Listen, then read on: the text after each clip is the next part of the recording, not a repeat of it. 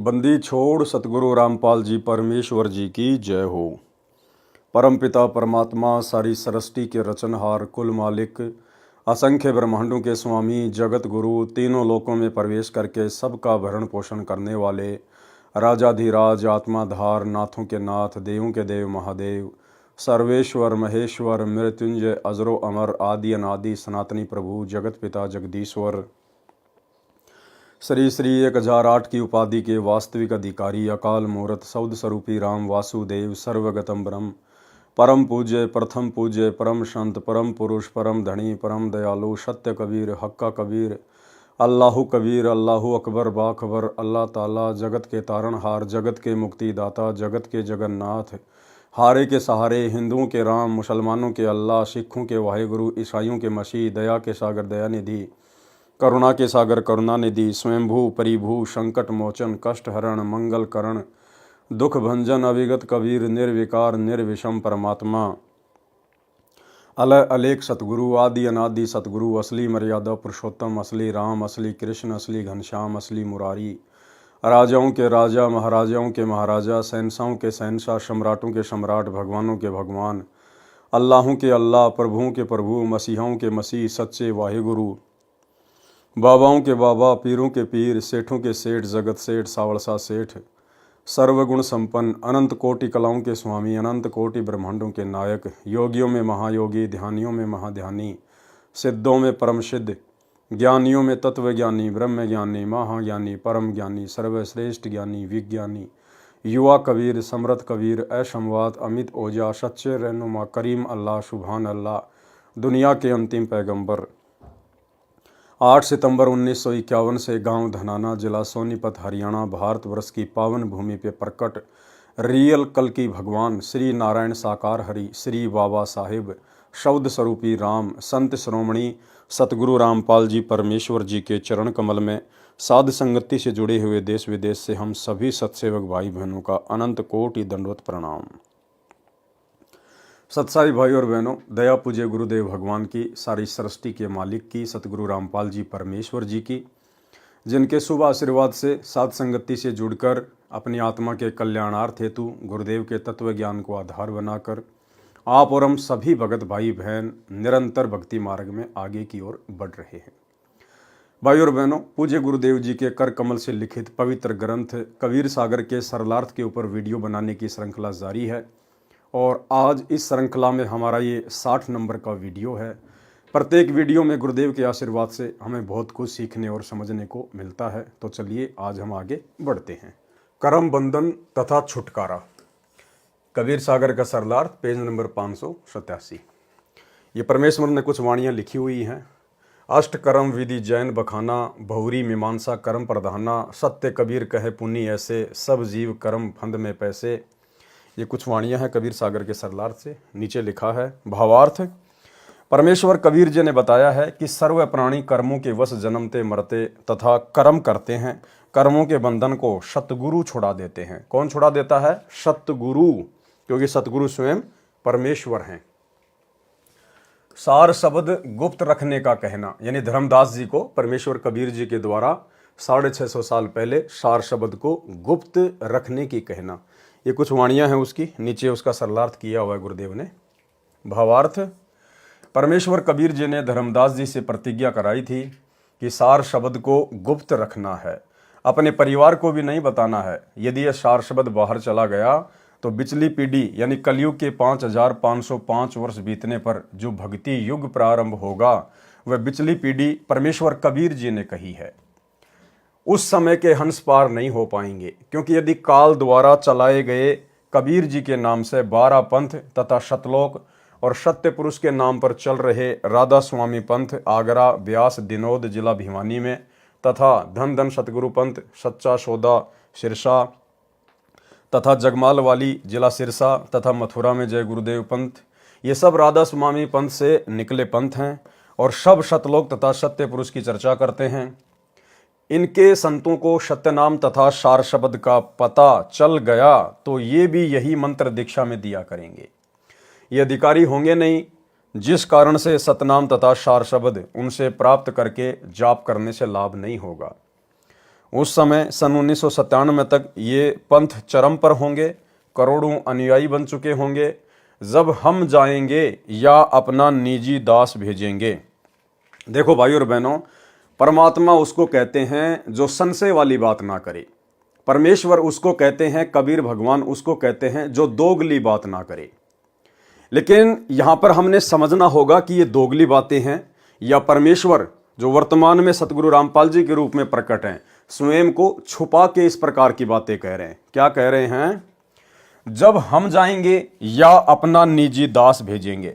क्या परमात्मा को पता नहीं होता पहले कि आगे मुझे जाना है या मेरे दास को भेजना है? वे तो अंतर्यामी होते हैं, उन्हें तो सब पता होता कि मुझे जाना है या किसी दास को भेजना है। तो यहाँ पर पूज्य गुरुदेव जी जो कि स्वयं वर्तमान में कबीर भगवान है, और ये अपने आप को छुपाते हुए इस प्रकार की बातें यहाँ पर कह रहे हैं, जबकि आज स्वयं कबीर परमात्मा ही सतगुरु रामपाल जी के रूप में धरती पर प्रकट है। जब हम जाएंगे या अपना निजी दास भेजेंगे तो नाम तो वे ही देने हैं, उनके बिना मोक्ष नहीं हो सकता। सब मानव भ्रमित हो जाएंगे कि दीक्षा मंत्र तो एक जैसे हैं, वे पंथ पुराने हैं क्योंकि वे काल द्वारा पहले चलाए जाएंगे। अनुयायियों की संख्या भी अत्यधिक है, इसलिए उन्हीं से दीक्षा लेनी चाहिए। इस प्रकार सार शब्द का भेद अन्य को लगने से मेरे मिशन यानी योजना का नाश हो जाएगा, तुझे महापाप लगेगा। फिर बताया है कि हे धर्मदास, आपने जन्म जन्मांतर में भक्ति की थी, जिस कारण से ये सार शब्द तुझे दिया है। कलयुग की बिचली पीढ़ी को पहले गायत्री 5 नाम मंत्र को 7 नाम का बताकर दिया जाएगा, उसकी साधना कराई जाएगी, सत्य नाम की दीक्षा दी जाएगी, उसकी साधना कराई जाएगी। इस प्रकार भक्ति युक्त करके सार शब्द देकर अनगणित जीवों को उस समय जब कलयुग 5505 वर्ष बीत जाएगा और एक यथार्थ पंथ चलाएंगे, उस समय पार करेंगे। जो तेरे परिवार की बिंद पीढ़ी चूड़ामणि को 5 नाम गायत्री मंत्र के दिए हैं, यदि इन नामों का जाप मर्यादा में रहकर करते रहेंगे तो तेरी संतान तथा जो इनसे दीक्षा लेकर इन 5 नामों का जाप करते रहेंगे तो उनको मनुष्य, स्त्री या पुरुष का जन्म प्राप्त होता रहेगा। फिर वे उस समय जब कलयुग 5505 वर्ष बीत जाएगा यानी सन 1997 के पश्चात तेरी पीढ़ी वाले भी उसी पंथ से दीक्षित होकर कल्याण को प्राप्त हो जाएंगे। तेरा वंश 42 पीढ़ी तक अवश्य चलेगा, परंतु तेरी छठी गद्दी यानी पीढ़ी वाले को काल द्वारा चलाए टकसारी पंथ वाला भ्रमित करेगा, जिस कारण से वह छठी पीढ़ी वाला तेरा बिंद वाला यथार्थ भक्ति त्याग कर टकसारी वाला पान परवाना प्रारंभ करेगा। आरती चौका भी वही प्रारंभ करेगा। जब हम यथार्थ पंथ चलाएंगे, देखो आ गए ना, जब हम यथार्थ पंथ चलाएंगे, ये नहीं कहा कि मेरा दास यथार्थ पंथ चलाएगा। जब हम यथार्थ पंथ चलाएंगे उस समय तेरे वंश वाले उस पंथ से दीक्षा लेकर कल्याण कराएंगे। उस समय सारा विश्व ही मेरी यथार्थ भक्ति उस मेरे अंश से दीक्षा लेकर करेगा। यहां परमेश्वर अपने आप को छुपा देते हैं गुरुदेव भगवान। तब तेरे बिंद वाले भी दीक्षा लेकर मुक्ति प्राप्त करेंगे। इसलिए इस सार शब्द मुक्ति शब्द को तथा मूल ज्ञान तत्व ज्ञान को उस समय तक छुपा कर रखना है। ये मेरी लाख दुहाई अर्थात निवेदन है। यही प्रमाण कबीर सागर में कबीर वाणी अध्याय के पेज 136 137 पर भी है, जिसमें 12 पंथों का वाणी में प्रमाण है। पढ़ें वह प्रकरण इसी पुस्तक में कबीर वाणी अध्याय के सारांश में पृष्ठ 337 पर। यानी कबीर परमेश्वर जी ने धर्मदास जी को बताया कि धर्मदास, मैंने तेरे को 42 पीढ़ी यानी तेरा वंश चलेगा 42 पीढ़ी तक, 42 पीढ़ी तक तेरे वंश में भक्ति चलेगी। ये आदेश नहीं दिया था परमात्मा ने, यह आशीर्वाद नहीं दिया था। केवल 42 पीढ़ी तक तेरा वंश चलेगा, और जब तेरी छठी पीढ़ी वाला आएगा उस समय काल मेरे समानांतर जो 12 पंथ चलाएगा, उनमें जो टकसारी पंथ वाला है, नकली कबीर पंथ वाला, वो तेरी छठी पीढ़ी वाले को भ्रमित कर देगा। और आज वर्तमान में पूरा का पूरा कबीर पंथ भ्रमित है छठी पीढ़ी के बाद में। तो धर्मदास को चिंता होगी, फिर मेरे वंशज पार कैसे होंगे? आपने ना तो इनको सार नाम दिया, ना सार शब्द दिया, ना सतनाम दिया। तो परमात्मा ने कहा कि देख, मैंने चूड़ामणि को जो 5 मंत्र दे दिए ना, गायत्री मंत्र दे दिया जो प्रथम मंत्र, अगर तेरे वंश वाले, तेरी पीढ़ी वाले और तेरी पीढ़ी वालों से नाम उपदेश लेकर जो जो व्यक्ति स्त्री या पुरुष इन मंत्रों का जाप करता रहेगा मर्यादा में रह के, उनको मनुष्य जन्म प्राप्त होते रहेंगे। उस बिचली पीढ़ी के समय तक 1997 वाले समय तक। और उस समय भाई हम स्वयं जाएंगे, एक नया पंथ चलाएंगे, और उस समय उन सभी आत्माओं को मैं फिर से अपनी शरण में लूंगा।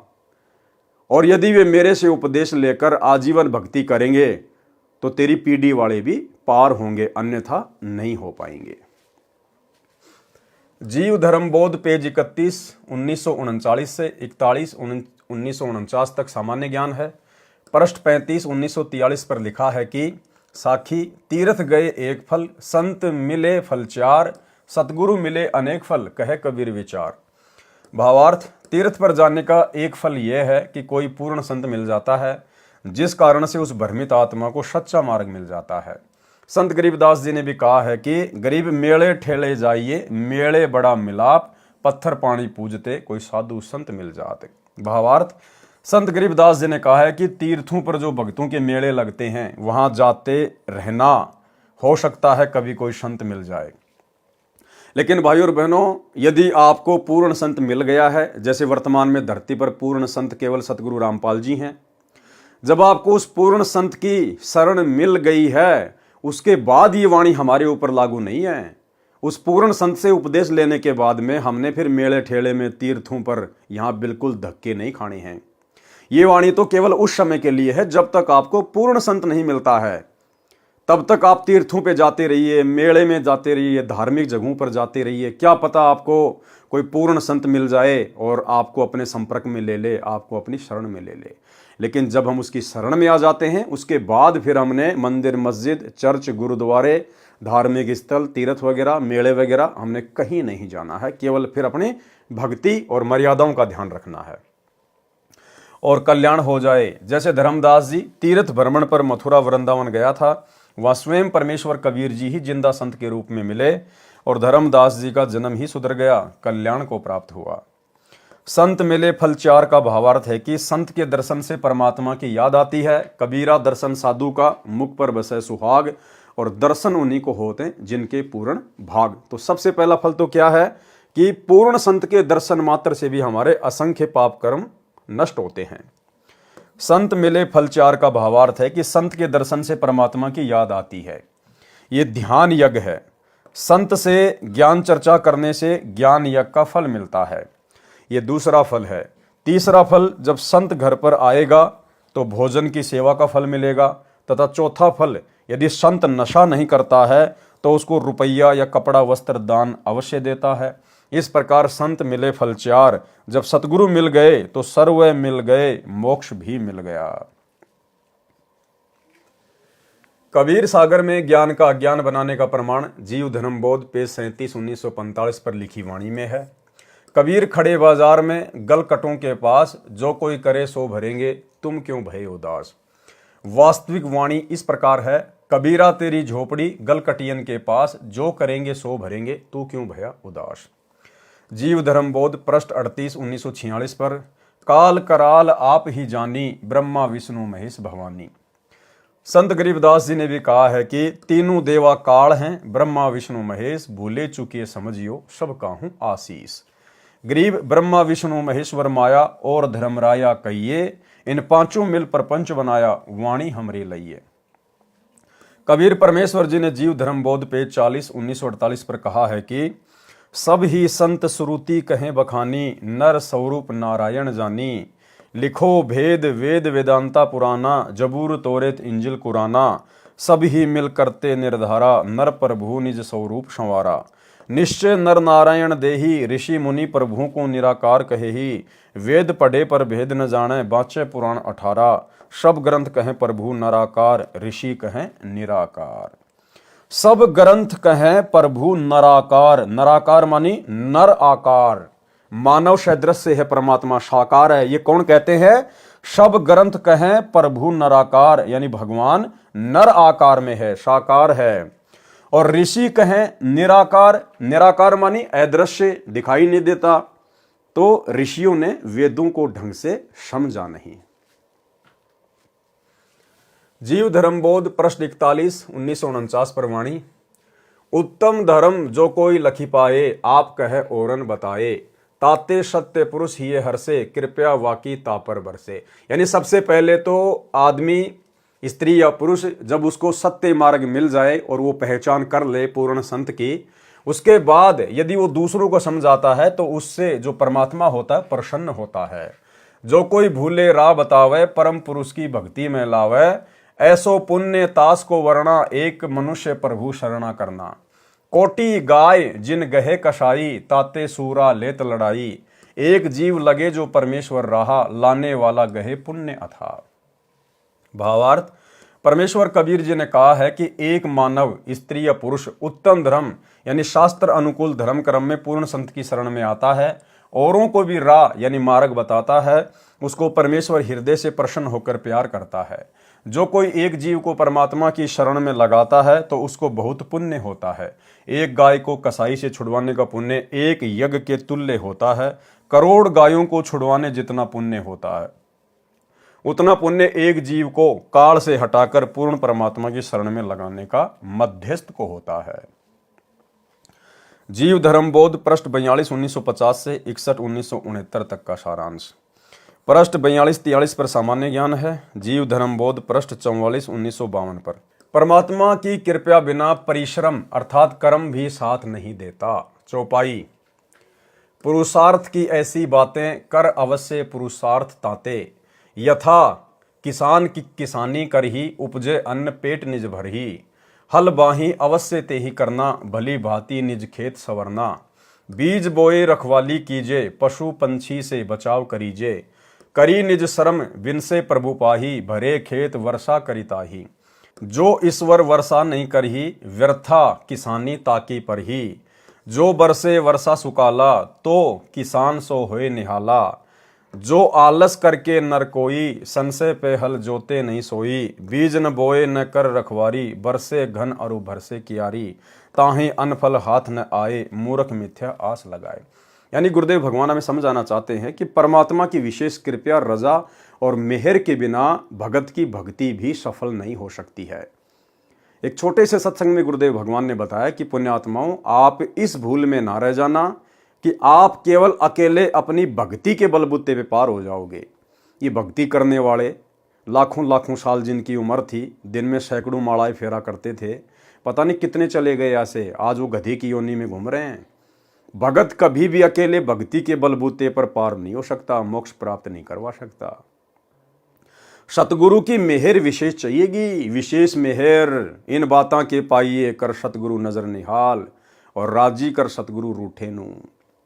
एक छोटा सा सत्संग गुरुदेव भगवान का। पुणात्माओं, आप केवल भक्ति से पार नहीं हो सकते, ये भूल मत करना। कहते इन बातां क्या पाइए कर सतगुरु नजर निहाल, कि गुरु जी की कृपा, गुरु जी का क्या कृपा पात्र बना रहना पड़ेगा आपको। अगर आप जी ने कितनी भक्ति करते रहना और गुरु जी त्याग दिए तो कभी सतलोक नहीं जा सकते, कितनी बात बना लेना। और पृथ्वी पर कोई संत नहीं है आज के दिन इस दास के अतिरिक्त। अभिमान नहीं, ये सच समझना। पृथ्वी ने 21 ब्रह्मांड में कोई नहीं है। तो भाई और बहनों, इसी प्रकार गुरुदेव ने यहाँ पर किसान का उदाहरण दिया है कि किसान ने मेहनत बहुत करी, खेत को संवारा, बीज भी डाल दिया और पशु पक्षियों से उसकी रक्षा भी कर रहा है। और यदि परमात्मा ने वर्षा नहीं करी, क्योंकि पहले के समय में जो खेती बाड़ी थी वो वर्षा पे निर्भर होती थी, पहले ट्यूबवेल वगैरह लाइट थी नहीं, तो ट्यूबवेल वगैरह होती नहीं थी, तो वर्षा के ऊपर ही खेती बाड़ी निर्भर होती थी। तो मान लीजिए किसान ने अपना पूरा काम कर लिया, लेकिन वर्षा अगर परमात्मा ने नहीं की तो उसकी सारी फसल बर्बाद। ठीक इसी प्रकार भगत बहुत भक्ति कर रहा है, अच्छी बात है, मर्यादा भी निभा रहा है, लेकिन परमात्मा की विशेष मेहर बिना उसकी भक्ति सफल नहीं हो सकती। और परमात्मा भगत पर मेहर कब बरसाएगा, किस भगत पर बरसाएगा, वो भी गुरुदेव ने एक सत्संग में बताया। छोटा सा सत्संग। कहते हैं तुम्हारा जो कल्याण कैसे होगा कि सतगुरु जो तत्वदर्शी संत है उसको नजर निहाल कर के इतना उनके अनुसार उनके मर्यादा में चल के वो तेरे ऊपर गदगद हो जाए। वो संत के मेरी प्यारी आत्मा परमात्मा को पाने के रास्ते पर बिल्कुल सही चल रही है। तो अंदर से जो एक हिलोर आती है संत के अंदर से, जिस भक्त की, जिस बहन भाई की क्रियाओं से जो प्रसन्न हो जाता है कि ये सही मर्यादा में चला, तो वो जो एक रजा आती है उसके बाद फिर एक उसकी प्रति कसक जाती है कि बहुत अच्छी। और परमात्मा अपने बच्चे पर मेहर रखना, ऐसे ही चले। तो वो एक आशीर्वाद आपको एक्स्ट्रा मिलता है जिसको ग्रेस मार्क कहते हैं। तो यहां कहते हैं इन बातों के पाइए कर सतगुरु नजर निहाल। मान ले तनी वो ज्ञान भी हो गया कैसे ऐसे होता तो, और सतगुरु नजर निहाल हुआ नहीं, तुझे सार नाम फिर सार शब्द मिला नहीं तो भी बात बिगड़ेगी। इसलिए ये कल्याण कहती है, ये बातें कहने सुन की ना है, कर पाड़ने की है। तो भाई और बहनों, आप और हमें समझ में आ गया होगा, यदि हमने सतगुरु की मेहर प्राप्त करनी है तो हमने सतगुरु के प्रत्येक वचन पर और आधीन भाव से चलना पड़ेगा। परमात्मा आधीन विनम्र भगत से प्रसन्न होता है, और जिस भगत में विनम्रता नहीं है वो चाहे कितना ही बड़ा भगत है, कितनी भक्ति करता है, कितना दान पुण्य करता है, परमात्मा उस पर अपनी मेहर नहीं बख्शेगा। आपने पिछली वीडियो में देखा, गुरुदेव ने बताया कि हज़रत सुलेमान जो कि मुसलमान धर्म में एक पैगंबर हुए हैं, उन्होंने कहा है कि अगर राई जितना भी अभिमान जीव में रह गया तो वो बहिश्त यानी स्वर्ग में नहीं जा सकता। तो हमने तो सतलोक जाना है, स्वर्ग से करोड़ों शंखों कोष आगे ऊपर। तो भाई और बहनों, भला हम कैसे पार हो जाएंगे, हम कैसे सतलोक चले जाएंगे अगर हमारे अंदर अभिमान शेष रह गया तो गुरुदेव भगवान उसी आत्मा पे अपनी मेहर बख्शेंगे, रजा बख्शेंगे जो भक्ति भी करेगा, मर्यादा में भी रहेगा, भगत के सारे गुण भी अपने ऊपर धारण करेगा और विशेष आधीनी भाव में रहेगा। भावार्थ, परमेश्वर कबीर जी ने बताया है कि यदि कोई भक्ति करता है और उसके ऊपर परमेश्वर कृपा नहीं करता है तो उसकी साधना व्यर्थ हो जाती है। कहने का तात्पर्य है कि भक्ति करता है और मन में अभिमान भी रखता है तो उस पर परमेश्वर की कृपा अर्थात वर्षा नहीं होती, जिस कारण से उसकी भक्ति नष्ट हो जाती है। उदाहरण, जैसे पूर्व समय में खेती यानी कृषि पूर्ण रूप से वर्षा पर निर्भर थी, इसलिए कहा है कि जैसे किसान खेत में बीज बोता है, परिश्रम करता है, यदि परमेश्वर समय पर वर्षा ना करे तो उसकी फसल व्यर्थ हो जाती है। भले किसान फसल बीजने के लिए हल चलाता है, बीज बोता है, पशु पक्षी से भी रक्षा करता है, बहुत परिश्रम करता है, वर्षा ना होने से उसका सर्व परिश्रम अर्थात कर्म व्यर्थ हो जाता है। ठीक इसी प्रकार भगत भक्ति भी करता है, नियम भी निभा रहा है, अगर गुरु कृपया नहीं करेगा, विशेष मेहर नहीं बख्शेगा, अपना विशेष वो आशीर्वाद नहीं देगा तो उसकी भक्ति सफल नहीं हो सकती। कर्म न यारी देत है भस्मा गिर भस्मंत, कर्म व्यर्थ है तास का जो रीझे नहीं भगवंत। जो खेत में बीज नहीं बोता है फिर वर्षा हो जाती है, यदि वह मूर्ख फसल पाने की आशा लगाता है तो भी व्यर्थ है। भावार्थ है कि भक्ति कर्म भी करे और परमेश्वर का कृपा पात्र भी बना रहे तो जीव को लाभ मिलता है। जीव धर्मबोध पेज 46 1954 पर मनुष्य को नित्य कर्म वर्णन चौपाई। भोर ही उठ नित्य कर्म करीजे, करी तन शुद्ध भजन चित दीजे। प्रभु प्रति विनय बचनते मांगे, महादीन है ताके आगे। मोर मनोरथ कर प्रभु पूरा, दीन बंधु कीजिए दुख दूरा। सर्व समय तू ही जग करता, तेरो हुक्म सर्व पर बरता। मोर उद्धार करो प्रभु सोई, विघ्न बिहाय कृपया तो होई। गुरु अचारज को निज टेरे, सदा सहायक अपनो हेरे। बार बार करो प्रभु प्रति विनती, यद्यपि सो न करे कछु न गिनती। अब देखो भाई और बहनों, एक बहुत ही अच्छा पॉइंट है अब आगे, और आप भाई बहनों को अब विश्वास होगा कि हाँ, कैसे परमपिता परमेश्वर सतगुरु रामपाल जी भगवान साध संगति के माध्यम से हम सत्सेवक भाई बहनों के ऊपर विशेष मेहर बख्शे हुए हैं। और जो बातें आप और हम भाई बहनों को आज पढ़ने और सुनने को मिल रही हैं, परमेश्वर आप और हमारे से साध संगति के माध्यम से उसी प्रकार से नित्य कर्म करवा रहे हैं, नित्य कर्म। अब आगे जो बातें गुरुदेव ने लिखी है, इस अनुसार सुबह उठते ही सतलोक आश्रम मैनेजमेंट हरियाणा से जुड़े हुए वर्तमान 2024 तक कोई भी भाई बहन ये क्रिया नहीं करता है, उनको पता ही नहीं है। तो परमेश्वर ने साध संगत वालों पर यह मेहर बख्शी है। जिस नित्य कर्म का गुरुदेव यहां जिक्र करने जा रहे हैं, वो नित्य कर्म भाई बहन पिछले 3 वर्षों से लगातार कर रहे हैं सुबह उठते ही। क्या है? कबहू के दाया प्रभु की होई, दुख दरिद्र सब डारे खोई। लाभ अलाभ एक समगनिये, सदा काल प्रभु गुनगुन बनिए। भावार्थ, परमेश्वर कबीर जी ने कहा है कि भगत को सुबह उठकर नित्य कर्म करना चाहिए। प्रथम वाणी में यानी पृष्ठ की वाणी नंबर 12 में लिखा है कि भोर ही उठी नित कर्म करीजे, करी तन शुद्ध भजन चित दीजे। सुबह उठते ही मंगलाचरण पढ़ें। क्या कह रहे हैं गुरुदेव? सुबह उठते ही मंगलाचरण पढ़ें। तो आप और हम सभी सत्सेवक भाई बहन मंगलाचरण पढ़ते हैं कि नहीं पढ़ते? हम तो रात को सोते हैं उससे पहले भी मंगलाचरण करते हैं। घर से बाहर निकलते हैं बच्चे स्कूल के लिए या अन्य व्यक्ति अपने कार्य के लिए तो भी हम मंगलाचरण करते हैं। गाड़ी लेकर निकलते हैं तो गाड़ी चलते ही मंगलाचरण शुरू हो जाता है। तो आप और हम सभी भगत भाई बहन सुबह उठते ही क्या करते हैं? मंगलाचरण। सुबह उठते ही मंगलाचरण पढ़ें। यदि याद है तो मौखिक मन मन में या बोलकर उच्चारण करें, उसके पश्चात निमन शब्द बोलें। फिर मंगलाचरण के बाद में कौन सी वाणियां बोलनी है? समरथ साहिब रतन उजागर, सत्य पुरुष मेरे सुख के सागर, जूनी संकट मेटो गुसाई, चरण कमल की मैं बलि जाही, भाव भक्ति दी जो परवाना, साधु संगति पूर्ण पद ज्ञाना, जन्म कर्म मेटो दुख दुंदा, सुख सागर में आनंद कंदा, निर्मल नूर जहूर जुहारम, चंद्र गता देखो दीदारम, तुम हो बंकापुर के वासी, सतगुरु काटो यम की फांसी, मेहरबान हो साहिब मेरा, गगन मंडल में दीजो डेरा, चकवे चिदानंद अविनाशी, रिद्धि सिद्धि दाता सब गुण राशि, पिंड पुराण जिन दीन दाना, गरीब दास जाकू कुर्बाना।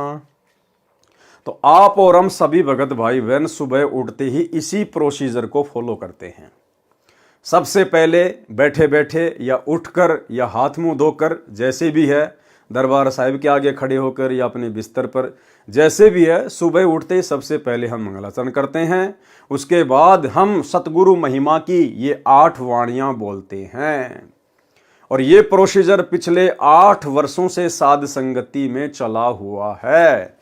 और सभी भगत भाई बहनों को ये इस प्रकार का एक पोस्टर बना के, इस प्रकार का A4 साइज का ये पैम्पलेट बना के, ये उसके पीछे का भाग है जिस पर नियम और मर्यादाओं के विषय में परमात्मा ने दास से एक शब्द बनवाया था, वो लिखा हुआ है। और ये उसका जो है फ्रंट पेज है जिसमें पूज्य गुरुदेव जी की फोटो, और नीचे देखो ये महिमा की 8 वाणियां लिखी हुई है पूरी की पूरी। और सभी भाई बहनों को यही कहा गया था कि सुबह उठते ही हमने सबसे पहले मंगलाचरण करना है, फिर सतगुरु महिमा की ये 8 वाणियां हमने प्रतिदिन बोलनी है। यदि आपको याद नहीं है तो आप इस पैम्पलेट को हाथ में लेकर बोल सकते हैं। तो भाई और बहनों, परमात्मा के हिसाब से कौन चल रहा है? कबीर सागर के सरलार्थ के हिसाब से भक्ति कहाँ हो रही है? शतलोक आश्रम मैनेजमेंट हरियाणा में या फिर साध संगति में। और ये कुछ नियम और मर्यादाओं के बारे में परमात्मा ने शब्द लिखवाया था। तो भाई और बहनों, मर्यादाओं के बिना तो भक्ति सफल हो ही नहीं सकती। तो गुरुदेव के आशीर्वाद से हम इस शब्द को एक बार गाएंगे ताकि हमें दोबारा से याद हो, हमारे अंदर एक ताजगी बनी रहे, मर्यादाओं को लेकर कोई भूल ना पड़े कि मुख्य मुख्य क्या मर्यादा है गुरुदेव भगवान की। भाई घर छूटो या जग रूठो, चाहे रूठो ये संसारा हो, कौन सुने मेरी काल नगर में, जय गुरु रूठ गया मारा हो, गुरु रूठ गया मारा हो।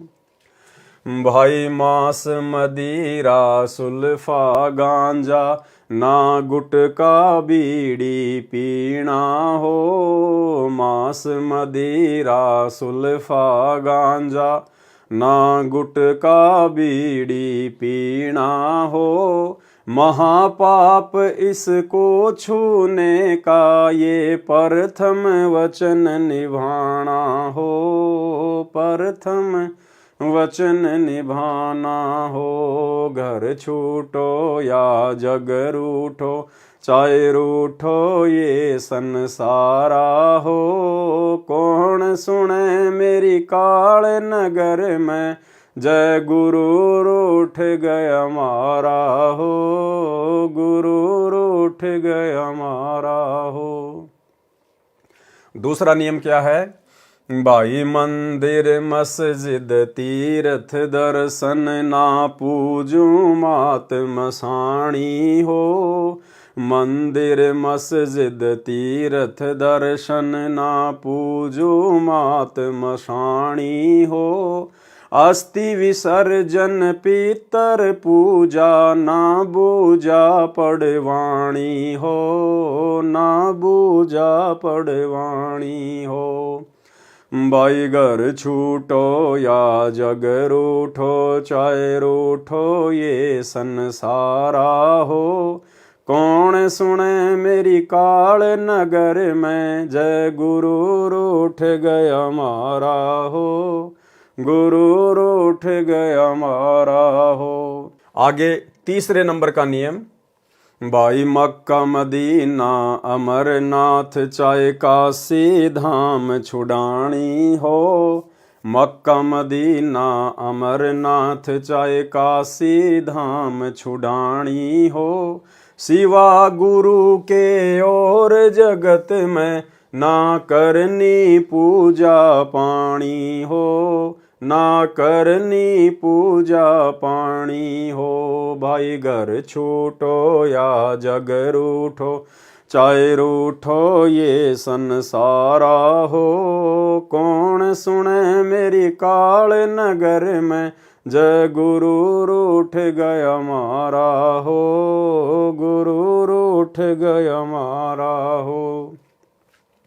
आगे 4 नंबर का नियम, भाई नियम चतुर्थ गुरु की आज्ञा चाहे काट के शीस चढ़ाना हो। नियम चतुर्थ गुरु की आज्ञा चाहे काट के शीस चढ़ाना हो। दान धर्म चाहे यज्ञ हवन हो, सतगुरु से आज्ञा पाना हो, सतगुरु से आज्ञा पाना हो। भाई घर छूटो या जग रूठो, चाहे रूठो ये संसारा हो। कौन सुने मेरी काल नगर में, जय गुरु रूठ गया मारा हो, गुरु रूठ गया मारा हो। 5वें नंबर का नियम, भाई झूठा खाना ना कुछ पीना चाहे हो अमृत का दाना हो। झूठा खाना ना कुछ पीना चाहे हो अमृत का दाना हो। दुनिया से ती करे दोस्ती, काठ का फंद लगाना हो, काठ का फंद लगाना हो। भाई घर छूटो या जग रूठो, चाहे रूठो ये संसारा हो। कौन सुने मेरी काल नगर में, जय गुरु रूठ गया मारा हो, गुरु रूठ गया मारा हो। आगे 6 नंबर का नियम, भाई 6 मासी बरसो दी सरादा ना कोई पिंड भराना हो। 6 मासी बरसो दी सरादा ना कोई पिंड भराना हो। ना पंडित कोई कर्म कांड हो, इस जगत को है समझाना हो, इस जगत को है समझाना हो। भाई घर छूटो या जग रूठो, चाहे रूठो ये संसारा हो। कौन सुने मेरी काल नगर में, जय गुरु रूठ गया मारा हो, गुरु रूठ गया मारा हो। 7 नंबर का नियम, भाई देवी धाम पे पशु की गर्दन ना बाल वहाँ कटवाना हो। देवी धाम पर पशु की गर्दन ना बाल वहाँ कटवाना हो। जैसा दर्द अपने को होवे ऐसा जान बिराना हो, ऐसा जान बिराना हो। भाई घर छूटो या जग रूठो, चाहे रूठो ये संसारा हो। कौन सुने मेरी काल नगर में, जय गुरु रूठ गया मारा हो, गुरु रूठ गया मारा हो। 8 नंबर का नियम, भाई सूतक पातक भात न छूछक, ना कोई नाचना गाना हो। सूतक पातक भात न छूछक, ना कोई नाचना गाना हो। रहन सहन तेरा साधारण, और जग से रह बिराना हो, जग से रह बिराना हो। भाई घर छूटो या जग रूठो, चाहे रूठो ये संसारा हो। कौन सुने मेरी काल नगर में, जय गुरु रूठ गया मारा हो, गुरु रूठ गया मारा हो। 9 नंबर नियम, भाई ताश खेलना फिल्म देखना रिश्वत जहर समाना हो। ताश खेलना फिल्म देखना रिश्वत जहर समाना हो। होली दिवाली ना कोई पूजा, सतगुरु का वचन निभाना हो, सतगुरु का वचन निभाना हो। भाई घर छूटो या जग रूठो, चाहे रूठो ये संसारा हो। कौन सुने मेरी काल नगर में, जय गुरु रूठ गया मारा हो, गुरु रूठ गया मारा हो। 10 नंबर नियम, भाई मात बहन सबकी एक जैसी, ना अपनी नियत डिगाना हो। मात बहन सबकी एक जैसी, ना अपनी नियत डिगाना हो। ना लेना ना देना किसी को, इस दहेज का नाम मिटाना हो, इस दहेज का नाम मिटाना हो। भाई घर छूटो या जग रूठो, चाहे रूठो ये संसारा हो। कौन सुने मेरी काल नगर में, जय गुरु रूठ गया मारा हो, गुरु रूठ गया मारा हो। 11 नंबर नियम, भाई गुरु की पूजा गुरु की सेवा, ना कोई गुरु समाना हो। गुरु की पूजा गुरु की सेवा, ना कोई गुरु समाना हो। प्रथम इनको दंडवत करना, बाकी सब प्रणामा हो, बाकी सब प्रणामा हो। भाई घर छूटो या जग रूठो, चाहे रूठो ये संसारा हो। कौन सुने मेरी काल नगर में, जय गुरु रूठ गया मारा हो, गुरु रूठ गया मारा हो। 12 नंबर, भाई वाणी साखी सब संतों की, देती ये परमाणा हो। वाणी साखी सब संतों की, देती ये परमाणा हो। सत्य पुरुष सतलोक से चल कर, परगट गाँव धनाना हो, परगट गाँव धनाना हो। भाई घर छूटो या जग रूठो, चाहे रूठो ये संसारा हो। कौन सुने मेरी काल नगर में, जय गुरु रूठ गया मारा हो, गुरु रूठ गया मारा हो। तो भाई और बहनों, इस विधि से आज वर्तमान में अपनी दैनिक जो नित्य क्रिया हैं गुरुदेव भगवान के आशीर्वाद से केवल साध संगति से जुड़े हुए सत्सेवक भाई बहन ही कर रहे हैं। सतगुरु साहिब संत सब दंडोतम प्रणाम, आगे पीछे मध्य हुए तिनको जा कुर्बान। इस प्रकार प्रति सुबह मंगलाचरण तथा उपरोक्त शब्द पढ़ें, फिर प्रथम मंत्र का 1 या 2 या इससे अधिक बार समय अनुसार जाप करें। उसके बाद सुबह उठते ही आपकी इच्छा है, आप चाहे प्रथम मंत्र का जाप करें, सतनाम मिला है तो चाहे सतनाम का जाप करें, चाहे 1 करें, 2 करें, 10 करें, पूरी माला करें, ये आप भक्तों के ऊपर निर्भर करता है। देखो यहां परमात्मा ने सबसे पहले क्या कहा है, फिर प्रथम मंत्र का 1, 2 या इससे अधिक बार समय अनुसार जाप करें। क्योंकि भाई और बहनों, सतगुरु की जो पूजा है वास्तव में मंत्रों में वो प्रथम मंत्र में है। देखो जिन भाई बहनों को सतनाम मिला हुआ है तो सतनाम के जो 2 मंत्र हैं वो सतगुरु के नहीं हैं। एक तो काल का है और एक महाकाल का है, यानी एक ब्रह्म का और एक अक्षर पुरुष का है। प्रथम मंत्र हमें जो दिया जाता है उसमें सबसे पहला और सबसे लास्ट वाला मंत्र हमारे गुरुदेव भगवान का है। ये परमात्मा की पूजा का मंत्र है और बाकी बीच के जो 5 मंत्र हैं वो इन देवी देवताओं के हैं। इसलिए गुरुदेव ने यहां सबसे पहले यही कहा कि प्रथम मंत्र का 1 या 2 जैसा भी है आप जाप करें।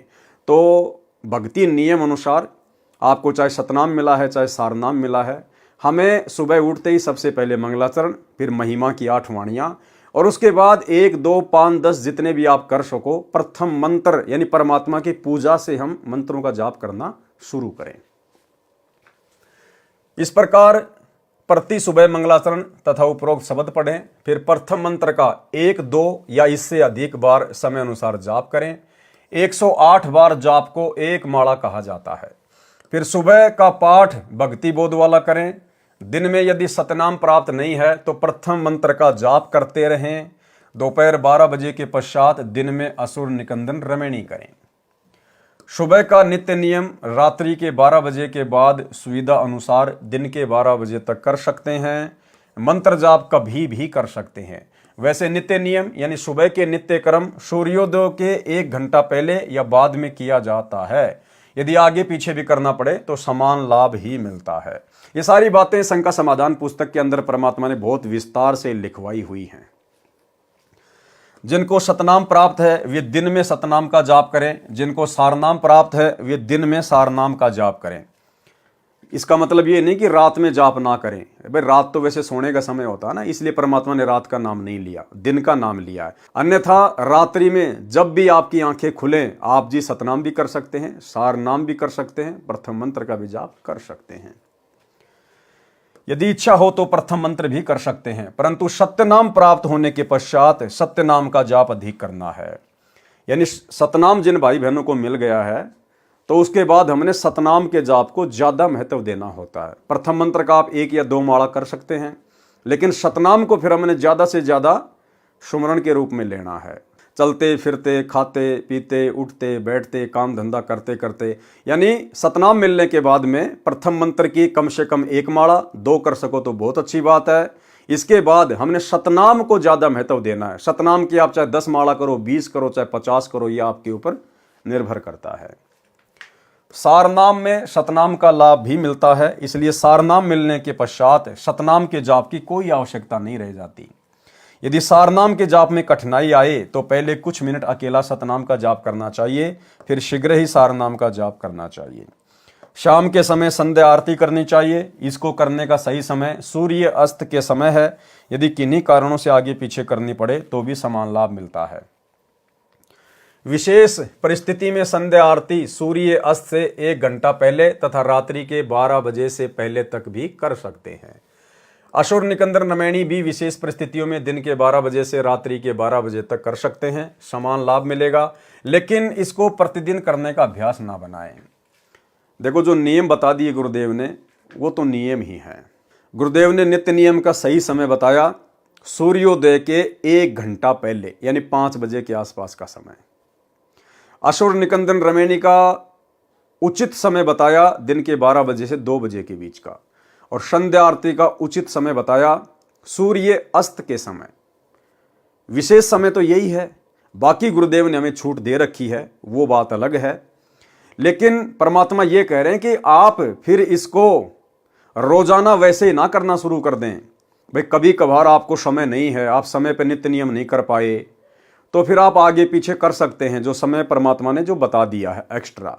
लेकिन इसको रोजाना नियम ना बनाएं कि अभी तो दिन के 12 बजे तक का समय है, कर लेंगे आराम से, क्या जल्दी है। अरे रात के 12 बजे तक का बताया गुरुजी ने रमेणी का, कर लेंगे। परमात्मा कहते हैं इसको फिर रोजाना का वो टाइम टेबल ना बनाओ, वो तो केवल विशेष परिस्थितियों में है। अगर आप इसको फिर रोजाना उसी हिसाब से करने लग जाओगे तो फिर वो लाभ आपको नहीं मिलेगा।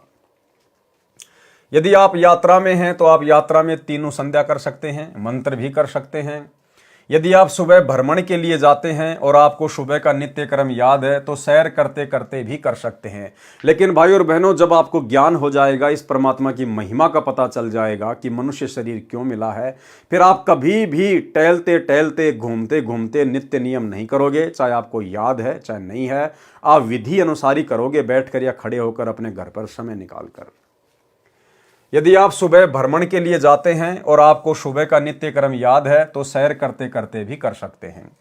इसी प्रकार तीनों संध्या आप सैर करते करते भी कर सकते हैं। लेकिन भाई और बहनों, अब साथ संगति से जुड़ने के बाद जब हमें यह ज्ञान हुआ है, सतगुरु का ज्ञान हुआ है, सतगुरु की महिमा का ज्ञान हुआ है, अब हम सत्सेवक भाई बहन जब तक तीनों समय की आरती सही प्रकार से नहीं कर लेते हैं तब तक हमारे को आत्म संतुष्टि नहीं होती है। हम चलते फिरते खाते पीते संध्या आरती नहीं कर सकते, क्योंकि अब हमें पता चल गया कि परमात्मा की भक्ति से बढ़कर और कोई कार्य दुनिया में नहीं है। हम 100 कार्यों से समय निकालकर, पहली बात तो भगत जिसको ज्ञान हो गया वो फालतू के कार्यों में उलझता ही नहीं है कि उसको समय ना मिले। और फिर भी कभी कभार ऐसी परिस्थिति पैदा होगी तो भी हम कोशिश करेंगे परमेश्वर की आरती के लिए समय निकालने का। अब ये खाते पीते, चलते चलते, गाड़ी चलाते चलाते, अब ये नित्य नियम यदि हम करेंगे, हमारी आत्मा संतुष्ट नहीं हो पाएगी। यदि याद है तो, यदि याद नहीं है तो भक्ति बोध पढ़ते हुए भी किसी पार्क या एकांत सुरक्षित स्थान पर जहाँ दुर्घटना का भय ना हो चलते चलते कर सकते हैं। यदि आप घर पर हैं तो बैठकर करें। बैठकर करने का मतलब है शांति से, आराम से। ये विधान है नित्य कर्म का। विशेष सुबह उठते ही आप सभी मंत्र तथा नित्य नियम बिना स्नान किए भी कर सकते हैं। यानी सुबह उठते ही नित्य नियम और कोई भी मंत्र जाप आप बिना नहाए धोए भी कर सकते हैं। लेकिन भाई और बहनों, अब साथ संगति से जुड़ने के बाद हमें शुद्धता और स्वच्छता का भी पता चल गया है कि जो भाई बहन रजोगुण से दूर नहीं हैं और जिन्होंने रात्रि में शारीरिक मिलन किया है या शारीरिक मिलन ना किया है और यदि पास पास में लेटे हैं, सोए हैं, तो उन भाई बहनों को सुबह स्नान करना ही चाहिए। और जो भाई बहन रजोगुण से दूर हैं या जिनकी रमेणी अभी तक नहीं हुई है, वे भाई बहन चाहें तो हाथ मुंह धोकर भी सुबह का नित्य नियम कर सकते हैं। सुबह उठते ही आप सर्व मंत्र तथा नित्य नियम बिना स्नान किए भी कर सकते हैं। यदि स्नान करके करना चाहें तो नित्य नियम यानी वाणी पाठ स्नान करके कर सकते हैं। अन्य मंत्र कभी भी बिना स्नान किए, बिना मुख धोए भी कर सकते हैं। हाँ, जो मंत्रों का जाप है वो आप जी बिना नहाए भी कर सकते हैं, चाहे आपने शारीरिक संबंध बनाए हैं नहीं बनाए हैं, आप रजोगुण में हैं या नहीं हैं। मंत्र आप कभी भी किसी भी समय जब आपको याद आ जाए तुरंत आप करना शुरू कर सकते हैं। रात्रि में जब भी नींद से जागें तुरंत किसी भी मंत्र का जाप लेटे लेटे, बैठकर, चलते फिरते कर सकते हैं। यदि आप रोगग्रस्त हैं तो तीनों संध्या भी लेटे लेटे कर सकते हैं। स्वस्थ होने पर बैठकर करना चाहिए। मजदूर तथा किसान सुबह स्नान नहीं कर सकते क्योंकि उनको कुछ देर बाद मिट्टी धूल में कार्य करना होता है। वे शाम को ही स्नान करते हैं। उनको चाहिए कि वे अपना नित्य भक्ति करने वाली साधना बिना स्नान के भी करें, समान लाभ होगा। कबीर जी ने कहा है, नहाए धोए क्या होए जो मन का मैल न जाए, मीन सदा जल में रहे धोए बास न जाए। शरीर की स्वच्छता के लिए स्नान करना अनिवार्य है, सो आप समय लगने पर स्नान करें। भगतजन मंत्रों का जाप नित्य अवश्य करें। किन्हीं परिस्थितियों में तीनों समय की संध्या स्तुति न हो पाए तो कोई बात नहीं, परंतु मंत्रों के जाप को कभी ना छोड़े। परमात्मा कह रहे हैं अगर कोई विशेष परिस्थिति पैदा हो गई कि आप जी नित्य नियम नहीं कर पाए या रमणी नहीं कर पाए, संध्या आरती नहीं कर पाए, तो मन में ऐसा विशेष कोई मलाल पैदा नहीं करना चाहिए। आपको विशेष कोई डरने की आवश्यकता नहीं है। कभी कभार यदि आप तीनों समय की आरती ना कर पाओ तो, परंतु मंत्र आपको अवश्य करने हैं। मंत्र नहीं छोड़ दें, चाहे कैसी परिस्थिति हो। हम जिन परिस्थितियों में हैं वहां भी हम मंत्र तो जाप कर ही सकते हैं। मंत्र जाप करने के लिए कोई भक्ति बोध लेने की जरूरत नहीं है। हम कहीं भी आ रहे हैं, जा रहे हैं, कुछ भी कर रहे हैं तो मंत्र अपना हम कर सकते हैं। तो मंत्र जाप हमने नहीं छोड़ने चाहिए। इस प्रकार अपना जीव धर्म समझकर भक्ति कर्म करके जीवन धन्य बनाएं। प्रश्न 47 1957 से 51 1959 तक सामान्य ज्ञान है, जो पहले कई अध्यायों में वर्णन किया जा चुका है। जीव धर्म बोध पेज 52 1960 पर गुरु के लक्षण का वर्णन है।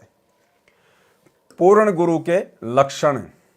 कह कबीर सो संत है आवागमन नशाय, कबीर गुरु मानुष कर जानते, कर चरणा अमृत को पान, ते नर नरक में जाएंगे जन्म जन्म हो समान। कबीरा ते नर अंध हैं जो गुरु को कहते, और हरि के रूठे ठोर है गुरु रूठे नहीं ठोर। कबीर गुरु बड़े हैं गोविंद से, मन में देख विचार, हरि सुमरे सो वार हैं गुरु सुमरे होय पार। कबीर गुरु से ज्ञान जो लीजिए, शीश दीजिए दान, के तिग बोंदू बह गए राखी जीव अभिमान। कबीर तीन लोक नौखंड में, गुरु से बड़ा ना कोई, करता करे ना कर सके, गुरु करे सो होय। ये कुछ वाणियां परमेश्वर ने कबीर सागर से ली हैं। भावार्थ यह है कबीर सागर के अध्याय जीव धर्म बोध के पेज 52 1960 की फोटोकॉपी है, जिसमें गुरु महिमा तथा पूर्ण गुरु की पहचान तथा उसके लक्षण बताए हैं। परमेश्वर कबीर जी ने कहा है कि गुरु को परमात्मा के तुल्य मानकर अपनी भक्ति करें। परमात्मा के तुल्य मानकर, भाई परमात्मा के तुल्य तो केवल परमात्मा को ही माना जा सकता है। इसका मतलब इस कबीर परमेश्वर के सत भक्ति मार्ग में गुरु स्वयं ही कबीर परमात्मा होता है। दूसरे शब्दों में कहें तो गुरु तो परमात्मा से भी बड़े हैं। जैसे हैंडपंप से जल मिलता है, इसी प्रकार गुरु से परमात्मा मिलता है। इस प्रकार गुरु तो परमात्मा से प्रथम सेवा करने योग्य है। पूर्ण गुरु की पहचान बताई है। गुरु के लक्षण 4 बखाना। प्रथम वेद शास्त्र को ज्ञाना, दूजे हरि भक्ति मन कर्म वचन बानी, तृतीय समदृष्टि कर जानी, चौथे वेद विधि सब कर्मा, ये 4 गुरु गुण जानो मर्मा। भावार्थ पूर्ण संत सर्व वेद शास्त्रों का ज्ञाता होता है। दूसरे वह मन कर्म वचन से यानी सच्ची श्रद्धा से केवल एक परमात्मा समर्थ की भक्ति स्वयं करता है तथा अपने अनुयायियों से भी करवाता है। तीसरे वह सब अनुयायियों से समान व्यवहार यानी बर्ताव करता है। चौथे उसके द्वारा बताया गया भक्ति कर्म वेदों में वर्णित विधि के अनुसार होता है। ये 4 लक्षण गुरु में होते हैं। जो इन गुणों से युक्त नहीं है उसको पूर्ण गुरु नहीं कहा जाता। गुरु के प्रति शिष्य का व्यवहार, ये कुछ वाणियां हैं जो परमेश्वर ने ऐड की हैं कबीर सागर से। यहाँ इनका भावार्थ दिया है। ये कबीर सागर के अध्याय जीव धर्म बोध के पृष्ठ 54 1962 की फोटोकॉपी है। इसकी वाणी पढ़ने से ही स्पष्ट हो जाती है। पृष्ठ 53 से 69 तक सामान्य ज्ञान है जो पूर्व के अध्याय में वर्णित है। जीव धर्म बोध के पृष्ठ 70 1978 से 88 1996 तक सामान्य ज्ञान है जो बार बार पहले के अध्याय में वर्णन किया जा चुका है, जिसमें भिन्न भिन्न प्रकार की हठयोग साधनाओं का ज्ञान है जो शास्त्र विधि त्याग कर साधक करते हैं, जिनसे मोक्ष नहीं होता। अन्य सिद्धियां प्राप्त हो जाती हैं जिनके कारण संसार में प्रसिद्धि को प्राप्त हो जाता है, परंतु मोक्ष से वंचित रहकर पशु योनि को प्राप्त होता है। जीव धर्म बोध पेज 88 1996 पर बताया है कि सहज समाधि लगाएं और पूरे गुरु से सत्य साधना मंत्र प्राप्त करके मोक्ष प्राप्त करें। जीव धर्म बोध पेज 89 से 90 तक सामान्य ज्ञान है जो पहले के अध्यायों में बताया जा चुका है। जीव धर्म बोध पेज 91 1999 से 96 2004 पर इन प्रश्नों पर बनावटी वाणी है, कुछ कुछ ठीक है। सामान्य ज्ञान है जो पूर्व के अध्यायों में कई बार वर्णन हो चुका है। पृष्ठ 93 2001 पर वाणी, वेद विधि से जो कोई ध्यावै अमर लोक में बासा पावै, शवसम वेद सब वेदन का सारा ता विधि भजय उतरे पारा। जीव धर्म बोध पेज 97 2005 पर वाणी, कबीर जे चंडाल में सद्गुण होई, विकार कर्म करे ना कोई, ताको निश्चय ब्राह्मण जानो, सत्संग में जो जन आनो, सत्संग सब एक जाति, लिखा भागवत में यही भांति। पृष्ठ 98 2006 पर वाणी, ब्रह्मा विष्णु शिव गुण तीन कहाया, शक्ति और निरंजन राया, इनकी पूजा चले जगमाही, परम पुरुष कोई जानत नाही। जीव धर्म बोध पेज 99, 2007 से 104, 2012 तक कुछ ज्ञान पहले बताया है, कुछ वाणी बनावटी हैं। जीव धर्म बोध पेज 105, 2013 पर कुछ विशेष ज्ञान है। परशुराम को किसने मारा? वाणी, परशुराम तब द्विज कुल होई, परम शत्रु छत्रीन का सोई, छत्री मार निछत्री कीने, सब कर्म करे कमीने, ताके गुण ब्राह्मण गावें, विष्णु अवतार बता सरावें, हनीवर दीप का राजा जोई, हनुमान का नाना सोई, छत्री चक्रवर्त नाम पदधारा, परशुराम को ताने मारा, परशुराम का सब गुण गावे, ताका नाश नहीं बतावे। भावार्थ, ब्राह्मणों ने बहुत सा मिथ्या प्रचार किया है, सच्चाई को छुपाया और झूठ को फैलाया है। जैसे परशुराम ब्राह्मण था, एक समय ब्राह्मणों और क्षत्रियों की लड़ाई हुई तो ब्राह्मण क्षत्रियों से हार गए। उसका बदला परशुराम ने लिया, लाखों क्षत्रियों को मार डाला। यहां तक प्रचार किया, परंतु ये नहीं बताया कि परशुराम को किसने मारा। परशुराम को हनुमान जी के नाना चक्रवर्त ने मारा था, जो हनीवर द्वीप का राजा था। जो भक्ति शक्ति युक्त आत्माएं होती हैं, वे ही अवतार रूप में जन्म लेती हैं। मृत्यु के उपरांत वे पुनः स्वर्ग स्थान पर चली जाती हैं। स्वर्ग के साथ पितरलोक भी है, उसमें निवास करती हैं। वहां से जब चाहे नीचे पृथ्वी पर सहशरीर प्रकट हो जाते हैं। जैसे सुखदेव ऋषि शरीर छोड़कर स्वर्ग चला गया था, द्वापर युग में राजा परीक्षित को भागवत कथा सुनाने के लिए विमान में बैठकर आया था, इसी प्रकार परशुराम जी का द्वापर युग में आना हुआ था, जब भीष्म के साथ युद्ध हुआ था, जो मध्यस्थता करके बंद करा दिया गया था। जीव धर्म बोध पेज 106, 2014। चंद्र नखा भगनी रावण की, सरूपन खाते ही कहे विपर जी, लक्ष्मण तास से विवाह कहे नाटा, नाक चंद्र नखा का काटे को काटा, काहे को काटा, सब गलती रावण की गिनाई, लक्ष्मण की कुबुद्धि नहीं बताई, रामचंद्र को राम बताया, असल राम का नाम मिटाया, ये ब्राह्मण की है करतूती, ज्ञान बिना सब प्रजा सूती। भावार्थ, रावण की बहन का नाम चंद्र नखा था, उसको सुर्पण नखा बताया गया। वह लक्ष्मण से विवाह करना चाहती थी, लक्ष्मण ने उसका नाक काट दिया। उसके प्रतिशोध में रावण ने भी महान गलती की, परंतु ब्राह्मणों ने एक तरफा ज्ञान कहा है। कुछ लक्ष्मण की मूर्खता का भी वर्णन करना चाहिए था। रामचंद्र को राम यानी सृष्टि का कर्ता बताया, जो वास्तव में करता है उसका नाम और निशान मिटा दिया। ये सब ब्राह्मणों की करामात है। पृष्ठ 107 से 113 तक सामान्य तथा व्यर्थ ज्ञान है, जो मिलावटी है। जीव धर्म बोध पेज 114, 2022 पर कुछ ठीक कुछ गलत, आप स्वयं पढ़कर निर्णय करें। ये फिर आगे पेज है कबीर सागर का, यहाँ परमात्मा ने इन वाणियों का भावार्थ किया है। ये फोटोकॉपी कबीर सागर के अध्याय जीव धर्म बोध के पेज 114, 2022 की है। इस पृष्ठ की वाणी पढ़ने से पता चलेगा कि कुछ गलत कुछ ठीक ज्ञान है। जैसे सिद्ध करना चाहा है कि हनुमान का जन्म केसरी वानर से बताया है। इस प्रकार की मिथ्या कथा को वाणी के माध्यम से चित्तार्थ करने की कुचेष्टा की है। एक स्थान पर हनुमान जी के दुम नहीं बताई है, वास्तव में हनुमान जी के दुम थी, वह दुम सदा बाहर नहीं रहती थी, आवश्यकता पड़ने पर बाहर प्रकट कर लेते थे। उदाहरण के तौर पर गधे का गुप्तांग देखने से दिखाई नहीं देता, गधी से मिलन के समय 3-4 फुट लंबा निकल आता है। अब देखो भाई और बहनों, इस पेज को लेकर काफी कुछ बहस पहले से साध संगत और मैनेजमेंट वालों के बीच में चलती आ रही है, और कुछ एक भाई बहन वर्तमान में इसी को लेके बैठ गए हैं। देखो, परमात्मा जब हमें भक्ति दे देते हैं तो समय समय पर परमात्मा हमारे हाव भाव, हमारे विचार भी चेक करते हैं। तो ये एक प्रकार की हम सत्सेवकों की, परमेश्वर के बच्चों की जो है ये परीक्षा है। यानी पहले हमारे विचारों में कितनी मलिनता थी, कितनी गंदगी थी, हम लोग खुद भी गालियों का यूज किया करते थे, भद्दी भद्दी विचारधारा रखा करते थे, मन में अश्लील विचार, अश्लील कार्य। तो परमेश्वर अब हमको चेक करते हैं बीच बीच में। अब ये तो परमेश्वर की प्रोसीजर है, वो किस प्रकार से चेक करेगा। तो यहां पर परमात्मा ने हनुमान जी की दुम यानी जो ये पूंछ का जो जिक्र किया है, कि बहुत सारे लोग कहते हैं कि हनुमान के पूंछ नहीं थी, लेकिन गुरुदेव भगवान कह रहे हैं कि हनुमान के पूंछ थी, और हनुमान कोई वानर नहीं था, कोई वानर कोई प्रजाति का नहीं था। जब आवश्यकता पड़ती थी तो हनुमान अपनी पूंछ को जो है वो प्रकट कर लिया करता था, अन्यथा अपनी पूंछ को अंदर समेट लेता था। ये एक जो है वो सिद्धि होती है। और उदाहरण दिया परमात्मा ने समझाने के लिए कि जिस प्रकार जो गधा होता है, गधी से मिलन के समय वो अपने गुप्तांग को 3 से 4 फुट लंबा कर लेता है और बाद में वापस उसको समेट लेता है। तो गुरुदेव भगवान ये चेक करना चाहते हैं कि मेरे बच्चे इस उदाहरण को सुनकर उनके मन में क्या भाव प्रकट होंगे, उनको अच्छा लगेगा या थोड़ा सा ये अटपटा सा लगेगा। परमात्मा हमारे हाव भाव चेक करते हैं कि अभी भी इनके अंदर वही गंदगी तो नहीं भरी पड़ी है।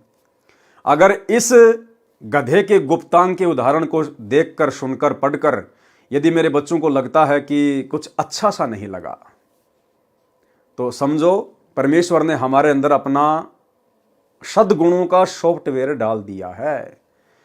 अब अश्लील बातें, अश्लील विचार हमारे आसपास हों तो भी हमें अच्छे नहीं लगेंगे। तो ये हम भक्तों की जो है ये परीक्षा के लिए, और वैसे भी सांसारिक दृष्टि में इससे अच्छा उदाहरण और कोई नहीं हो सकता। बाकी उदाहरण तो बहुत है भाई और बहनों। परमात्मा चाहते तो आजकल जो प्रेशर वाले जैक हैं, आप जब उनको प्रेशर देंगे तो जैक के अंदर से वो स्टील का पाइप निकलेगा और जैसे आप उसकी हवा निकालोगे वापस आके जो है वो सिमट जाएगा। तो परमात्मा चाहते तो हाइड्रोलिक जैक का भी उदाहरण यहां पर जो है वो दे सकते थे, लेकिन परमेश्वर ने आप और हमारे अंदर के भाव चेक करने थे, इसलिए परमात्मा ने गधे के गुप्तांग का उदाहरण दिया है। उदाहरण के तौर पर गधे का गुप्तांग देखने से दिखाई नहीं देता, गधी के मिलन के समय 3-4 फुट लंबा निकल आता है। ये उदाहरण भले ही अभद्र लगे परंतु सटीक समझना। देखो खुद मालिक कह रहे हैं ये उदाहरण भले ही अभद्र लगे, चाहे तुम भक्तों को अच्छा ना लगे, परंतु सटीक समझना। तो परमेश्वर ने यहां पर हमारी परीक्षा ली है। यह तो किसी से छुपा भी नहीं है। ऐसे पवन सुत जी अपने दुम को प्रकट तथा अप्रकट करते थे। रामायण ग्रंथ में प्रसंग है कि जब हनुमान जी लंका देश में सीता जी की खोज करने गए थे, उनको रावण के दूत पकड़कर दरबार में ले गए। रावण ऊंचे सिंहासन पर बैठा था। हनुमान जी ने अपनी दुम को बढ़ाकर उसको रस्सी की तरह गोल करके रावण से ऊंचा आसन बनाकर उस पर बैठ गए थे। फिर पूंछ पर कपड़े रुई लपेटकर आग लगाकर दुम जलाने का आदेश रावण ने दिया। जब हनुमान जी ने दुम बहुत लंबी बढ़ा दी थी, जिसके ऊपर बहुत सारे कपड़े व रुई लपेटी थी, उसी से लंका को जलाया था। लेकिन हनुमान जी वानर नहीं थे। ये सत्य है कि रीछ, वानर, नाग, बछड़ा, नारा, डांडा आदि ये मनुष्य के गोत्र हैं। जीव धर्म बोध पेज 115 से 124 तक व्यर्थ तथा कुछ बनावटी वाणी है। जीव धर्म बोध पेज 125 2033 से 127 2035 तक का सारांश। आधीनी तथा जीव की स्थिति। जैसे कथा सुनते हैं कि श्री कृष्ण जी ने दुर्योधन राजा का शाही भोजन, जिसमें सटरस तथा सर्व व्यंजन थे, छोड़कर आधीन तथा निर्धन भगत विदुर जी के घर सरसों का साग खाया था। कबीर जी कहते हैं कि हम भी इसी प्रकार अभिमानी के साथ नहीं रहते। और भाई और बहनों, विदुर के घर श्री कृष्ण जी का रूप बनाकर जिस महापुरुष ने भोजन किया था, वे स्वयं कबीर परमेश्वर सतगुरु रामपाल जी ही थे। श्री कृष्ण जी ने भोजन नहीं किया था। श्री कृष्ण का रूप बनाकर कबीर परमात्मा सतगुरु रामपाल जी गए थे। हम पूज्य गुरुदेव जी का एक शब्द है जिसको गाते हैं उनकी महिमा में कि तुम मिलकर संगत सारी जय बोलो बंदी छोड़ की। उसमें एक जगह परमात्मा लिखते हैं कि दुर्योधन की मेवा त्यागी और साग विदुर घर खात जी। दुर्योधन की मेवा त्यागी और साग विदुर घर खात जी, बण आए कृष्ण मुरारी जय बोलो बंदी छोड़ की। तो गुरुदेव ने कोई श्री कृष्ण जी की महिमा में थोड़ा ना लिखा यह शब्द, ये अपनी स्वयं की महिमा में लिखा है। अर्थात श्री कृष्ण जी का रूप बनाकर उस समय विदुर के घर वो भोजन कबीर परमेश्वर सतगुरु रामपाल जी ने खाया था। सर्व पुराण चारों वेद कतेब तोरेत इंजिल जबूर कुरान भी यही बात कहते हैं। इसमें बहुत सारी आधीनी के ऊपर वाणियां हैं जो परमात्मा ने यहाँ पर जिक्र की हुई है। हम आगे चलेंगे इसके भावार्थ में। पृष्ठ 126 का सारांश। भावार्थ पृष्ठ 126 पर बताया है कि भगत को अधीनता से रहना चाहिए, जिसके साक्षी श्री रामचंद्र तथा वेद व चारों कतेब भी बताए हैं। जीव धर्म बोध पेज 127 2035 का सारांश। भावार्थ जैसे एक भगतमती भीलनी थी, उसने प्रेम से बेर स्वयं चखे, फिर कहीं खट्टे बेर श्री राम तथा लक्ष्मण को न खिला दूं, फिर जूठे बेर श्री रामचंद्र तथा लक्ष्मण को खाने को दिए। श्री रामचंद्र जी ने तो खा लिए, अब भाई और बहनों श्री रामचंद्र जी ने नहीं खाए थे। दास बहुत सारी वीडियो में इस बात का जिक्र कर चुका है कि उस समय श्री रामचंद्र जी के रूप में कबीर परमेश्वर सतगुरु रामपाल जी थे, क्योंकि भगत के भावों की जो कदर है केवल ये कबीर परमात्मा ही समझ सकता है। श्री रामचंद्र तो राजा था, राजा का बेटा था। जब लक्ष्मण ने भिलनी के जूठे बेर नहीं खाए तो रामचंद्र कहां से खा लेता। श्री रामचंद्र जी ने तो खा लिए, लक्ष्मण जी ने आंखें बचाकर खाने के बहाने मुंह के साथ से पीछे फेंक दिए। फेंके गए जूठे बेर संजीवनी जड़ी रूप में द्रोणागिरी पर्वत पर उगे। रावण के साथ युद्ध में लक्ष्मण को तीर लगने से मूर्छित हो गए। उन्हीं जूठे बेरों से बनी संजीवनी से लक्ष्मण को जीवन मिला। यानी लक्ष्मण ने जो भिलनी थी वो एक भगत थी, वो सच्ची भावना से बेरों को जूठा कर रही थी, प्रेम में, कि कहीं जूठे बेर मेरे भगवान के मुंह में ना चले जाए और मैं दोषी ना बन जाऊं। लेकिन लक्ष्मण इस बात को नहीं समझ पाया और लक्ष्मण ने वो जूठे बेर खाए नहीं, यूं खाने का बहाना करके पीछे फेंकता रहा कि भिलनी को लगेगा मैंने खा लिए, और नाक चढ़ाता रहा। वो बेर पीछे गिरे द्रोणागिरी पहाड़ पर और संजीवनी बूटी के रूप में उत्पन्न हो गए। अब भगत की भावना का अनादर करने का क्या परिणाम निकलता है। राम रावण युद्ध हुआ, लक्ष्मण को शक्ति लगी, मूर्छित हो गया, कोमा में चला गया, और सुषेण नाम के वेद ने बताया कि ऐसे ऐसे द्रोणागिरी पहाड़ है और वहां पर संजीवनी बूटी के पौधे हैं, उनको लाया जाए सुबह सूर्योदय से पहले, और उनका रस निकाल कर, जो कि भिलनी के जूठे बेरों से बने थे संजीवनी बूटी के पौधे, वो संजीवनी बूटी के पौधे द्रोणागिरी पहाड़ समेत परमेश्वर कबीर जी सतगुरु रामपाल जी की विशेष शक्ति से हनुमान जी के माध्यम से श्रीलंका में लाए गए और उनका रस निचोड़ निचोड़ कर लक्ष्मण के मुंह में डाले गए, जो कि भिलनी के जूठे बेरों से उत्पन्न हुए थे। वो भिलनी की जूठन श्री लक्ष्मण जी ने पीनी पड़ी, खानी पड़ी, जिसने भगत का अनादर किया था, तब जाकर वो मूर्छा से बाहर आया। उन्हीं जूठे बेरों से बनी संजीवनी से लक्ष्मण को जीवन मिला। फिर बताया है कि आदम जी ने प्रभु की आज्ञा का पालन नहीं किया, जिस कारण आदन वन से निष्कासित हुए, इसलिए आधीन होना अनिवार्य है। आदम जी ने क्या पालन नहीं किया। परमात्मा ने कहा था कि ये जो बीच का जो पेड़ है ना, इसके फल नहीं खाना, लेकिन हवा के कहने पर आदम ने परमात्मा की आज्ञा तोड़ दी, उसको भी सजा भुगतनी पड़ी। परमात्मा ने उसको अदन के वन से निकाल दिया।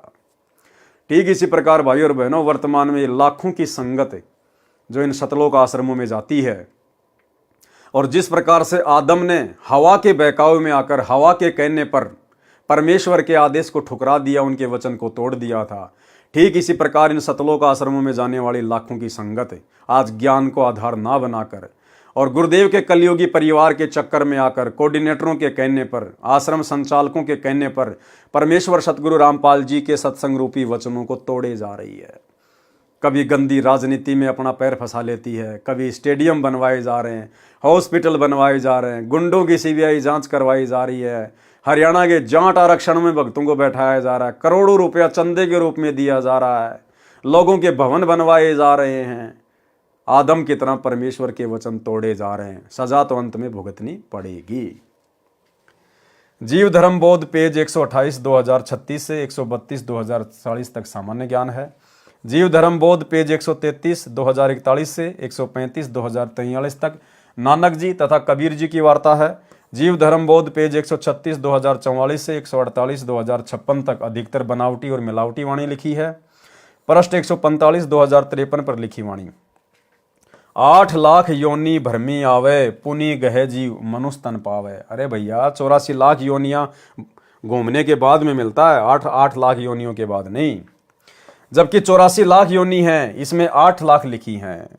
पृष्ठ 146 2054 पर जीव धर्म बोध में अंग्रेजी अखबार का वर्णन है। उस समय कोई अंग्रेजी नाम भी नहीं जानता था, अखबार तो कहां थे। ये कुछ कबीर सागर की वाणियां जो परमेश्वर ने लिखी हैं, यहाँ उनका भावार्थ है। विवेक ऊपर दोनों पृष्ठों 146 147 की फोटोकॉपियों को पढ़कर पाठक जन समझ जाएंगे कि परमेश्वर कबीर जी के यथार्थ ज्ञान को बिगाड़कर नाश किया है वर्तमान में जिसको सज्जन पुरुष कैसे सत्य मान सकते हैं, इसी तरह अपनी मंद बुद्धि द्वारा सत्य को अज्ञान बनाने की कुचेष्टा की गई है। जैसा कि इसी ग्रंथ के अंदर प्रथम बताया है कि काल द्वारा प्रचलित पंथों के अनुयायियों ने काल प्रेरणा से ग्रंथ का नाश किया है, फिर भी आवश्यक सच्चाई बच गई है। जो क्षति हुई है उसकी पूर्ति संत गरीबदास जी द्वारा परमेश्वर कबीर जी ने कराई है, जो संत गरीबदास जी के सदग्रंथ में लिखी है। परमेश्वर कबीर जी की कृपा से उस सदग्रंथ का भी सरलार्थ किया जाएगा। देखो भाइयों और बहनों, आने वाले समय में जो गरीबदास जी महाराज जी की वाणियों का 24,000 वाणियों का जो सदग्रंथ साहिब है, गुरुदेव भगवान कह रहे हैं आने वाले समय में उनका भी सरलार्थ किया जाएगा। और भाइयों और बहनों, आज गुरुदेव हिसार जेल से बैठकर उन्हीं वाणियों का सरलार्थ कर रहे हैं, उन्हीं वाणियों के ऊपर हमारे को सत्संग भेज रहे हैं।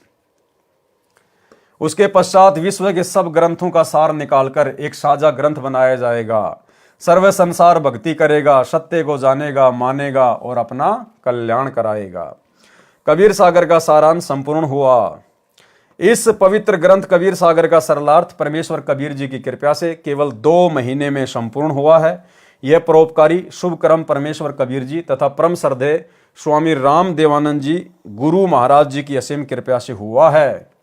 दिन रात कई कई घंटे सेवा करके प्रथम तो एक एक पंक्ति को पढ़ा, फिर भावार्थ किया, सत्य असत्य को जांचा और परमेश्वर को साक्षी रखकर यथार्थ ज्ञान लिखा है। 2 महीने में तो कबीर सागर पढ़ा भी नहीं जा सकता। समझना, निष्कर्ष निकालना, फिर हाथ से लिखना बिना परमेश्वर की कृपा से कभी संभव नहीं हो सकता। जो परमेश्वर कबीर जी ने जो वचन कहा था कि 13वें वंश मिटे सकल अंधियारा, इसी प्रकार भाइयों और बहनों, परमेश्वर ने दया बख्शी आप और हम सभी साध संगति से जुड़े हुए सत्सेवक भाई बहनों के ऊपर। इस कलयुग के घोर समय में, जिस समय इंसान 2 टाइम की रोजी रोटी के लिए मारा मारा फिरता है, हमारे खुद के आश्रमों से जुड़े हुए भगत भाई बहनों के पास में भक्ति भी सही से करने का समय नहीं है। लेकिन यहाँ सतगुरु रामपाल जी परमेश्वर जी के आशीर्वाद से इस कबीर सागर के सरलार्थ के ऊपर आज पूरे 60 वीडियो बन चुके हैं। कबीर सागर का सरलार्थ आज पूरा कंप्लीट हो चुका है। ये विशेष जटिल कार्य जो इस सृष्टि में ब्रह्मा विष्णु महेश भी नहीं कर सकते, क्योंकि परमेश्वर के कर कमल से सरलार्थ की गई पुस्तक का अनुवाद या उसके ऊपर वीडियो वही बना सकता है जो पहले परमेश्वर से भली भांति परिचित होगा। और ये सेवा गुरुदेव ने आप और हम सत्सेवकों के ऊपर बख्शी। तो भाइयों और बहनों, 2 महीने में इस कबीर सागर के सरलार्थ के ऊपर वीडियो नहीं बन सकते थे। ना जाने काल क्या क्या रोड़े अटका देता, क्या क्या परेशानियां पैदा कर देता, बीमार कर देता और नए काम में उलझा देता, नई समस्या खड़ी कर देता। लेकिन सतगुरु रामपाल जी परमेश्वर जी, वे ही हमारे गुरु हैं, वे ही हमारे परमेश्वर हैं, वे ही सारी सृष्टि के रचनहार है। उन परम श्रद्धेय सतगुरु रामपाल जी परमेश्वर कबीर अल्लाह की विशेष रजा के बिना कबीर सागर के सरलार्थ के ऊपर ये 60 वीडियो बनना नामुमकिन था। तो सभी भाई बहन हृदय से अपने गुरुदेव भगवान का जयकारा लगाकर उनका धन्यवाद करें। बंदी छोड़ सतगुरु रामपाल जी परमेश्वर जी की जय हो। थोड़ा बहुत इसमें वर्णन और है, वो देख लेते हैं। 13वें पंथ मिटे सकल अंधियारा तथा कबीर नौमन सूत उलझिया, ऋषि रहे झकमार, सतगुरु ऐसा सुलझा दे उलझे न दूजी बार। सतगुरु नाल वड़ाइयां जिन चाहे तिन दे, यानी सतगुरु के हाथ में है, वो किसके ऊपर रजा बकसता है। आप और हम तो कल के भगत हैं, हम क्या जाने इस भक्ति और भगवान के बारे में। हमने नाम दीक्षा ली 2013 में, किसी ने 2012 में, किसी ने 14 में। उसके बाद गुरुदेव भगवान अपने मिशन को लेकर हिसार जेल में चले गए। हम तो गुरुदेव की 1 साल से ज़्यादा संगति भी नहीं कर पाए। और परमेश्वर ने ये अनमोल सेवा, अपने कर कमल से लिखित पुस्तकों के ऊपर वीडियो बनाने की सेवा आप और हम कल के बच्चों के ऊपर बख्शी है। जबकि उनके साथ तो बड़े बड़े भगत रहा करते थे आश्रम में, 24 घंटे उनके साथ रहा करते थे। गुरुदेव के दोनों बेटे, गुरुदेव का भाई, गुरुदेव के रिश्तेदार, बड़े बड़े कोऑर्डिनेटर जो 20-20 साल से 30-30 साल से भक्ति कर रहे हैं, 24 घंटे गुरुदेव के साथ में रहा करते थे। लेकिन परमेश्वर ने ये सेवा उनको नहीं बख्शी। क्यों? क्योंकि ये परमेश्वर की मौज के ऊपर है। वो किसको सेवा बख्शे। इसलिए कहा है सतगुरु नाल वड़ाइया जिन चाहे तिन दे। ये सब परमेश्वर कबीर जी ने ही किया है। कौन परमेश्वर कबीर जी? सतगुरु रामपाल जी परमेश्वर। महिमा मुझदास रामपाल दास को दी है। यहां तो छुपा रहे हैं गुरुदेव भगवान अपने आप को।